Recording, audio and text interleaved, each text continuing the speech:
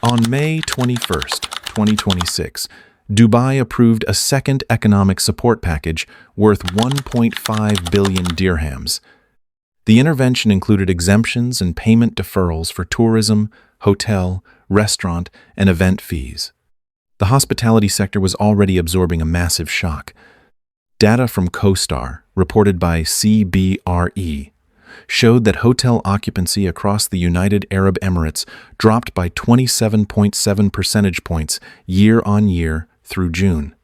Revenue per available room declined by 31.8%. Dubai could waive fees, delay payments, and launch aggressive incentives to lower the immediate cost of doing business. But a financial support package could not alter the climate outside, restore canceled aviation routes, or immediately rebuild traveler confidence in regional security. The visible crisis was economic, but the hidden crisis was entirely systemic. To understand why this matters, we have to examine the enormous machinery that makes a modern desert city possible every summer. And we have to ask what happens when that life support system is forced to carry much more than heat. Every summer, social media circulates claims that Dubai has reached 52 degrees Celsius. The most dramatic number is not always the most dangerous one. While inland desert locations across the United Arab Emirates can occasionally exceed 50 degrees, the coastal reality of Dubai is fundamentally different. The city sits directly on the edge of a remarkably warm body of water. That geography produces a weather profile where extreme air temperatures mix with severe atmospheric moisture. 50 degrees of dry heat is harsh, but it still allows the human body to utilize its natural cooling mechanisms. 40 degrees, combined with 60 or 70% relative humidity, creates a completely different biological environment. The air is already so saturated with moisture that it cannot easily absorb any more. When you step outside in Dubai during peak summer, the air feels heavy, and camera lenses immediately fog over with condensation. The concrete and asphalt surfaces actively radiate the solar energy they absorbed earlier in the morning. This creates an localized microclimate where the air temperature is amplified by the radiating heat from the urban infrastructure itself. The danger does not come from a single, record-breaking temperature reading on a weather application. It comes from the relentless combination of heat and humidity, trapping thermal energy close to the ground. People often look at the ambient temperature and assume they can tolerate the heat if they simply stay in the shade. But the number on a weather app does not determine whether a human body can continue cooling itself. Humidity does. The human body is essentially an engine that constantly produces heat. To survive, it must continuously transfer that internal heat into the surrounding environment. Our primary biological defense mechanism against extreme weather is sweating. But sweating alone does not cool the body. The cooling effect only occurs when the sweat successfully evaporates off the skin and takes thermal energy with it. When humidity levels spike along the Dubai coastline, that critical evaporation process severely slows down. If the air is already saturated with moisture, the sweat simply remains on the skin, and the body's internal core temperature continues to rise. This environmental limit is measured using the wet bulb temperature, which accounts for both heat and humidity. Research from Penn State University found that uncompensable heat stress in young, healthy adults may begin near a wet bulb temperature of approximately 31 degrees Celsius under specific laboratory conditions. This is not a universal threshold where every person collapses after a fixed number of hours. Biological tolerance varies heavily depending on age, underlying health, physical activity, wind speed, and direct sun exposure. But for a construction worker, a delivery rider navigating traffic, or an elderly tourist walking between attractions, the margin of safety becomes incredibly thin. When the environment prevents natural thermal regulation, the body requires immediate external intervention to prevent heat illness. It requires a mechanical environment to take over the work that sweat can no longer perform. When a city requires mechanical cooling for basic biological safety, is that adaptation or dependence? Even after sunset, the problem does not simply disappear. The city has spent the entire day storing heat. As the sun goes down, natural desert environments are supposed to release their heat rapidly back into the upper atmosphere. But modern Dubai is heavily constructed from asphalt, steel, glass, and concrete. These dense urban materials absorb massive amounts of solar radiation throughout the long afternoon. When evening arrives, the built environment slowly releases all of that stored thermal energy back into the surrounding streets. At the exact same time, thousands of commercial air conditioning units and massive district cooling plants are working continuously to keep building interiors comfortable. Air conditioning systems do not magically destroy heat. They simply remove heat from an enclosed space and forcefully discharge it outside. The mechanical exhaust from these systems adds another layer of anthropogenic heat to the urban environment. This dynamic creates a cycle where the city is constantly warming its own exterior to protect its interior. The skyline does not stop absorbing heat when tourists stop looking at it. This elevated nighttime temperature drastically reduces the natural recovery time for human bodies, building materials, and critical infrastructure equipment. My view is not that Dubai is about to disappear. It is that the city has transformed cooling from a convenience into a life support system, and life support systems must work every hour of every day. Without a cool night to reset the thermal load, the mechanical network must operate under continuous strain into the next morning. When outdoor recovery disappears, the city does not stop. It changes where life is allowed to happen. To survive this atmospheric pressure, Dubai reorganizes human movement through 3 distinct retreats from the outdoors. The first retreat is legislative. Under the United Arab Emirates' occupational heat stress prevention policy, work under direct sunlight and in open spaces is heavily restricted between 12:30 p.m. and 3 o'clock p.m. from June 15th to September 15th. This is not a complete shutdown of all construction activity. Instead, developers and contractors are forced to shift their schedules into the early morning, the late evening, or into heavily controlled interior conditions. The physical labor required to build the city must navigate around the hours when the sun is most hostile. The second retreat involves daily public life. When the outdoor temperature and humidity peak, pedestrian movement largely vanishes from open streets. Life migrates into a vast network of interconnected malls, enclosed transport stations, cooled glass corridors, and underground parking structures. Outdoor cafes close their patios, and parks empty out. The third retreat is the traditional summer seasonality of visitors.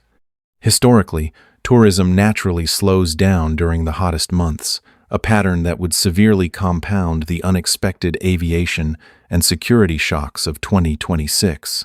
These 3 retreats reveal a stark social contrast. People with the necessary resources can easily choose when and where they transition between cooled and uncooled space. But for millions of workers, employment still requires daily exposure to that transition. The city had not stopped functioning. It had changed where functioning was allowed to happen. Dubai's answer to the summer was not to slow the city down. It was to move the city indoors. In extreme cold climates, populations survive winter by retreating indoors and minimizing their exposure to the freezing environment. In Dubai, extreme summer conditions produce a highly engineered form of reverse hibernation. Urban life remains highly active, but it becomes entirely compressed inside cooled architecture. It is entirely possible to navigate a full day in Dubai without spending more than a few consecutive minutes in the unconditioned atmosphere. Consider the daily physical journey of a corporate employee. They can leave an air-conditioned apartment, step into an air-conditioned elevator, and descend directly to an underground garage. They drive an air-conditioned vehicle through highway traffic and park in another enclosed, ventilated parking structure. From there, they can walk directly into a vast retail complex like the Dubai Mall or the Mall of the Emirates. They can transition through seamless glass passages to a sealed metro station, ride a cooled train, and enter an indoor workplace. The entire route is insulated from the coastal heat. The city even cools the waiting areas for public transit, building enclosed and heavily chilled bus shelters along major roads. The ultimate symbol of this reverse hibernation is Ski Dubai. Maintaining an indoor ski slope in a desert environment is an extraordinary engineering achievement. It requires massive amounts of insulation and continuous refrigeration to keep snow frozen while the outside air boils. But it is also a revealing symbol of exactly how far the city must go to manufacture an acceptable climate. Millions of people live, work, and consume inside this vast archipelago of controlled air. Yet every sealed door and chilled corridor is connected to the same invisible requirement, a cooling network that cannot take the afternoon off. To maintain this reverse hibernation, Dubai relies on a massive technical apparatus hidden just out of sight. The cooling system ranges from conventional commercial air conditioning units to enormous central chillers and expansive district cooling networks. These centralized plants chill millions of gallons of water and pump it through underground pipes to cool entire residential and commercial districts simultaneously. During peak summer load, this mechanical network demands an incredible amount of electricity. Power plants must burn massive amounts of natural gas simply to keep the compressors running. The fundamental principle of this machinery is that air conditioning does not destroy heat. It simply moves heat from one place to another. This process operates on three simultaneous scales. First, it creates comfortable, climate-controlled interiors for residents and tourists. Second, it aggressively rejects the extracted thermal energy into the surrounding public space, making the outdoor streets and pedestrian walkways even hotter. Third, it requires a citywide infrastructure of power generation and water desalination to maintain the cycle. The luxury is private. The exhaust is public. Consider a hypothetical engineering scenario involving a prolonged citywide summer power failure. No such citywide failure is being claimed here. The scenario matters because it reveals how many systems must continue working to keep the city safely habitable. Without mechanical ventilation and continuous cooling, sealed glass towers can quickly become dangerously hot. They are designed to operate as closed thermal loops, unable to catch a natural breeze.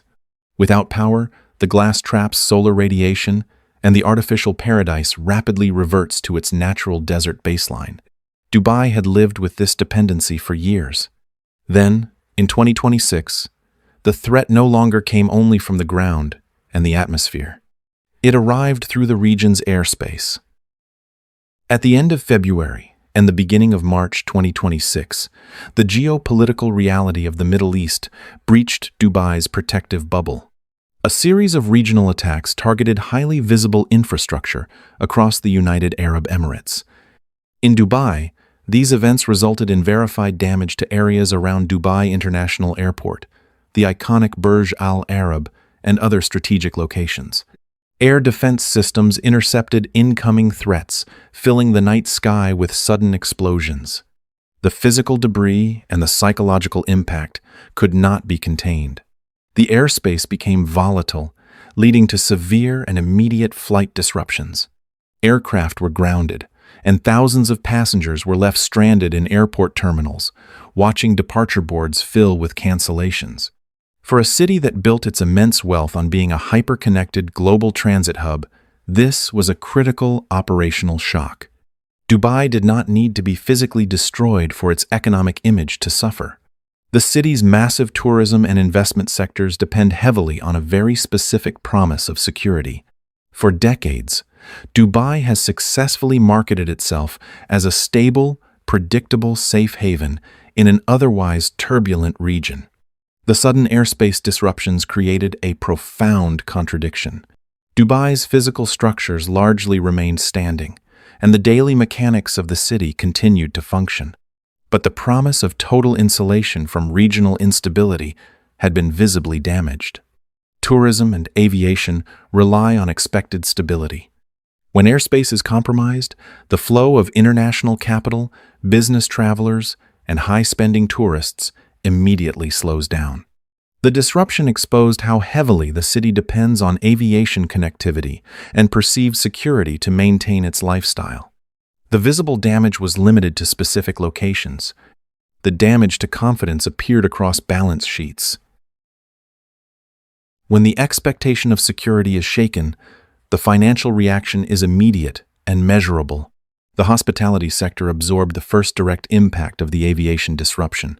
As flights were delayed, rerouted, or canceled entirely, the reliable flow of international visitors abruptly slowed. Data from CoStar, reported by CBRE, revealed a severe contraction during the first half of 2026. Hotel occupancy across the United Arab Emirates market declined by 27.7 percentage points year-on-year through June. Revenue per available room fell by 31.8% across the national market. Among the cited regional markets, Dubai experienced the steepest downward pressure on hotel performance. This was not simply a matter of hotels charging slightly less for a luxury suite.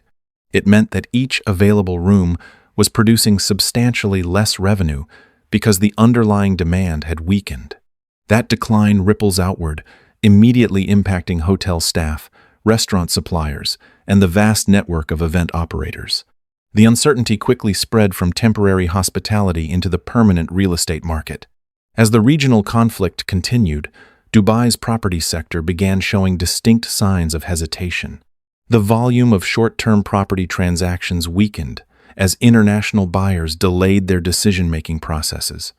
Market reports noted instances of seller discounts as property owners adjusted their pricing expectations to match a much more cautious investment climate.